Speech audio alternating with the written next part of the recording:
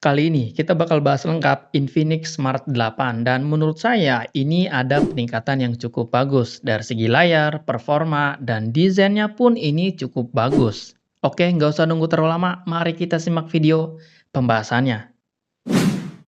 Untuk harganya sendiri yang RAM 4 GB dengan storage 128 GB, saya dapat di harga 1.250.000. Yang RAM 3 GB dengan storage 64 GB-nya di harga 1.100.000. Dan yang saya bahas ini varian RAM 4 GB ya, dengan storage 128 GB. Tapi, saran saya mending kalian ambil yang 4/128. Nanggung banget, cuma beda dikit kalian dapat RAM dan storage yang lebih besar.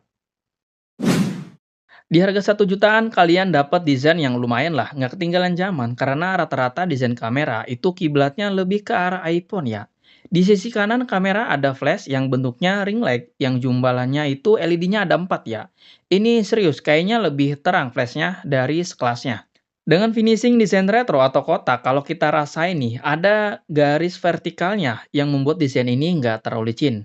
Di sisi kiri ada tombol volume up, volume down, dan ada tombol power yang ngerangkap dengan side fingerprint. Di sisi kanan ada slot SIM-nya yang jenisnya udah triple slot ya, jadi bisa nampung 2 nano SIM dan micro SD. Bagian atas polosan aja, bagian bawah ada lubang jack audio, mikrofon, charger yang udah Type-C, dan lubang speaker. Oke, coba kita ketuk bagian backdoor-nya. Untuk backdoor-nya sih oke lah, lumayan solid, tapi bagian bawah kameranya ini yang agak kurang solid, masih kedap udara. Bobotnya ringan di 184 gram, ketipisannya juga di 8,5 mm. Untuk layarnya sendiri Smart 8 ini menurut saya cakep. Konsep layarnya udah pansol display dengan luas layar 6,6 inch ya. Detailnya juga dapat walaupun resolusinya cuma HD plus doang. Ditambah lagi refresh rate layarnya yang bisa di 90 Hz. Jadi untuk scrolling media sosial ini lebih smooth lagi dibanding 60 Hz biasa. Untuk hasil warnanya cukup lumayan bagus. Untuk nonton sih ya udah nampilin warna yang lumayan enak dilihat ya. Apalagi dengan audionya yang udah bisa 200%, walaupun speakernya ini masih mono ya. Oke, kita langsung aja tes hasil audionya.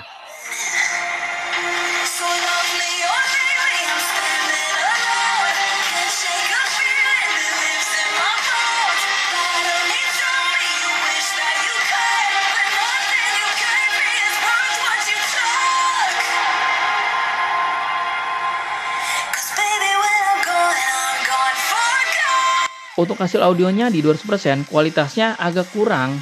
Saran saya mending di 100% aja, agar kualitasnya audionya ini tetap terjaga. Coba kita tes fingerprint-nya ya. Untuk fingerprint-nya menurut saya lumayan responsif ya. Dan nggak kalah menariknya lagi, di harga 1 jutaan, kalian bisa ngerasain fitur Magic Ring yang ala-ala Dynamic Island ya, di iPhone. Dan bisa disetting, kalian tinggal sesuaikan aja. Infinix kalian, coba kalian update, siapa tahu dapat. Menurut saya sih nggak semuanya dapat ya fitur Magic Ring kayak gini. Di sisi kanan atas, area bezelnya ada flashnya ya, yang ngebantu selfie di low light. Oke, coba kita tes delay touch-nya di beberapa aplikasi.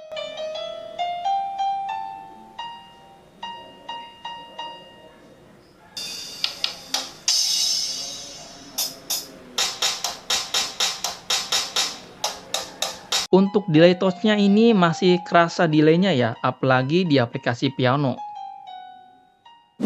Untuk di luar ruangan, layarnya seperti apa? By the way, ini 500 nits ya, maksimal kecerahan layarnya. Kalau saya lihat sih ini nggak terlalu terang ya, masih samar-samar kelihatan lah. Kita geser ke bagian spesifikasinya. Untuk Smart 8 dibekali Android 13 dengan termuka XOS versi 13, dibekali RAM 4 GB yang dimana ini RAM-nya masih bisa ekspansi 3 pilihan. Maksimalnya di 4 GB ya, dengan storage 128 GB yang jenisnya udah UVS. Untuk kalian yang emang lagi cari handphone di harga 1 jutaan, mendingan kalian cari yang jenis ROM-nya udah UVS seperti ini. Untuk chipsetnya, Smart 8 dibekali chipset Unisoc Tiger T606 dengan fabrikasi 12 nanometer. Pas saya tes Antutu versi 10, skor Antutunya itu di angka 248 ribuan. Skor CPU-nya di angka 83 ribuan dan skor GPU-nya di angka 28 ribuan.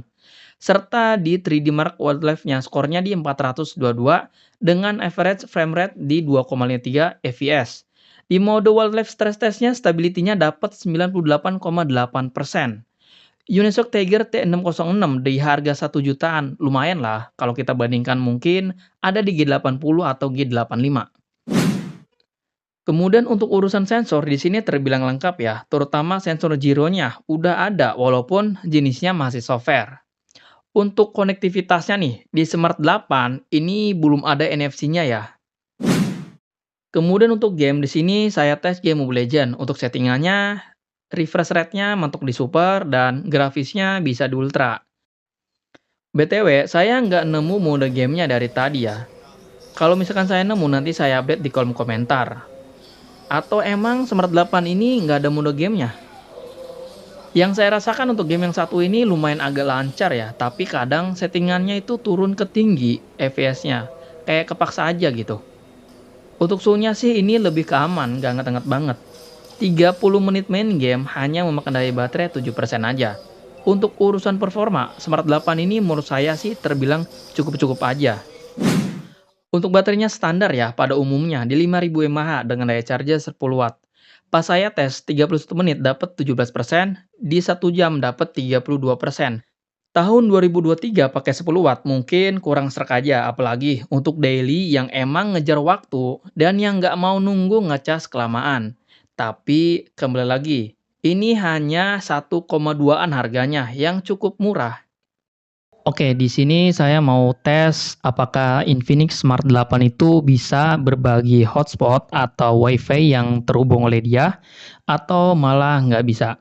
Oke, pertama kita bakal tes dulu handphone yang dari si mau dibagi hotspotnya dari Smart 8 ya. Nah, ini nama WiFi yang ditujunya. Didi. Oke, kita klik. Di sini dia minta sandi ya. Coba kita masukkan sandinya asal aja. Apakah bisa atau enggak ya? Di sini ada tulisan ya, coba lagi. Jadi dia itu nggak bisa. Nah, yang pertama kita bakal coba pakai cara pertama. Cara pertama itu cuma dia scan barcode aja. Di bagian kanan di sini ada barcode. Kalian tinggal klik aja. Nah, dari si handphone yang mau dibagiin si WiFi-nya, kalian cari buat scan barcode-nya. Di sini ada nih scan barcode-nya. Klik yang ini, kemudian scan.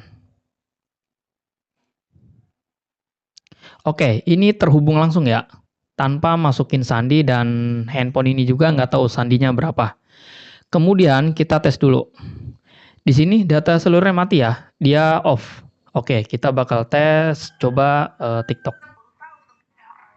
Nah, TikToknya oke lancar ya, jadi WiFi-nya ini benar-benar terhubung ya. Itu cara pertama. Oke, kita masuk ke cara kedua. Cara kedua sebenarnya gampang coy. Kalian itu tinggal klik aja nih di bagian tethering. Biasanya ada beberapa handphone yang bisa seperti itu, ada juga yang nggak bisa. Oke, kita masukin aja hotspotnya, nyalakan. Nah, untuk hotspotnya dia langsung nggak bisa ya, WiFi-nya langsung otomatis mati.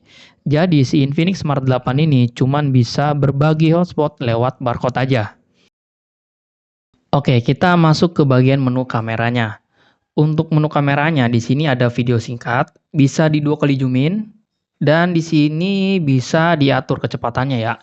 Ada 5, 1 dan 2 kali kecepatan. Kemudian di sebelah kanannya ini ada filter ya. Kemudian ada LED flash juga. Untuk videonya di sini coba kita lihat formatnya cuma ada 2, 1080, 720 yang masing-masing 30 fps. Geser ke kanan ada IE kamera, di sini ada SDR, rasio, filter, dan flash. Kemudian ada mode cantik seperti biasa, di sini bisa diatur. Kemudian ada portrait juga cuy. Ini portrait jarak 2 meter biasanya yang bikin hasil lebih bagus. Ada super malam atau mode malam. Bisa di 2 kali zoom juga. Di sini juga bisa diatur rasionya. Kalau kita geser ke atas, di sini seperti biasa ada video singkat, video e-kamera, mode cantik, dan lain-lain. Kalau misalkan saya lihat nih, di sini dia nggak ada mode pro-nya ya. Dia belum ada cuy, mode pro-nya. Oke, kita coba bandingkan flash HP pada umumnya yang satu LED dengan Smart 8 yang ada ring light-nya yang punya 4 LED.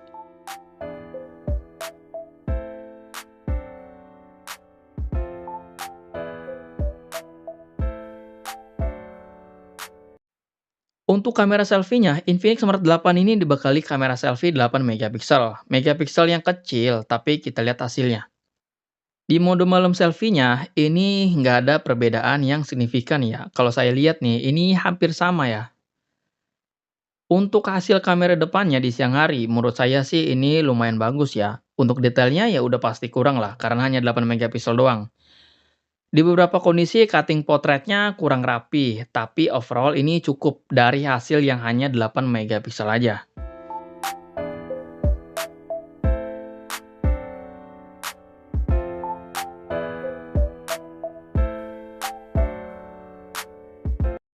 Oke, ini perekaman menggunakan format 1080 per 30 fps. Formatnya cuma ada 1080 dan 720 yang masing-masing 30 fps. Gimana hasilnya? Kalian boleh tambahkan di kolom komentar. Untuk hasil video depannya sih lumayan oke, warnanya juga lumayan oke, cuma pas kena bagian daun, hijaunya ngejreng banget. Untuk detailnya juga agak kurang karena hanya 8 megapiksel aja. Dynamic range-nya juga kurang dapat. Dan untuk kestabilan videonya juga sama ya, kurang stabil. Harga 1,2 kalian nggak bisa dapetin video dengan hasil yang sempurna. Tapi ini di harga 1,2. Untuk hasil sih saya suka. Untuk kamera belakangnya, Smart 8 ini dibekali 13 megapiksel dan AI kamera. Coba kita lihat hasilnya. Hasil mode malamnya kalau saya lihat perbedaannya nggak terlalu signifikan, hampir mirip-mirip, cuma beberapa objek aja ya tulisannya agak kelihatan. Selain dari itu hampir sama.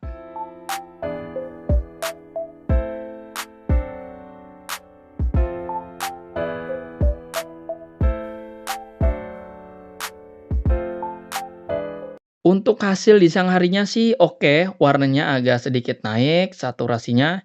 Dan kalau shoot di daun hijaunya juga agak ngejreng juga. Hasil kamera belakangnya lumayan bagus menurut saya, apalagi dengan kondisi cahaya yang pas ya, maka hasilnya akan bagus.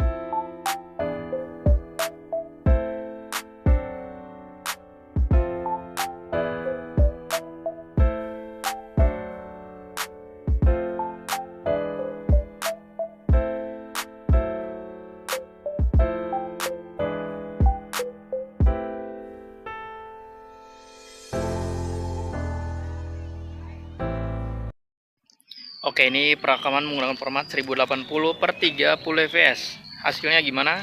Kalian boleh tambahkan di kolom komentar.